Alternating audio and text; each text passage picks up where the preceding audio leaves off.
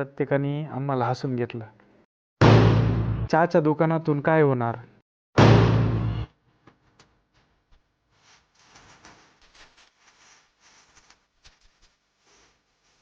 नमस्कार, जय शिवराय. पहिलं दुकान ज्या वेळेला आम्ही सुरू केलं त्यावेळेला अनेकांनी आम्हाला हसून घेतलं. अनेकांनी आम्हाला कमेंट्स केल्या, म्हणजे तू आता बँकेचा जॉब सोडणार आणि लोकांना चहा उकळून पाजणार की काय, अशा कमेंट्स आम्हाला आल्या. आणि चहाच्या दुकानातून काय मोठं होणार आहे, अशा अनेक लोकांचे प्रश्न पण होते. असं म्हणणारे खूप लोक मला भेटले, खूप लोकांनी मला अशा कमेंट्स पास केल्या.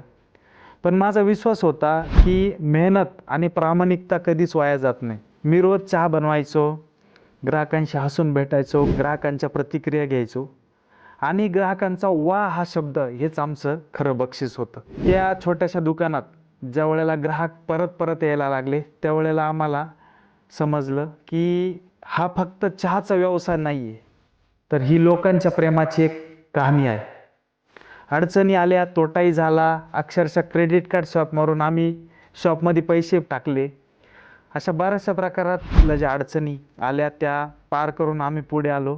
कारण माझा जो हेतू आहे तो फक्त चहा विकायचा नाही, तर शिवनेरी नावात एक विश्वास तयार करायचा होता.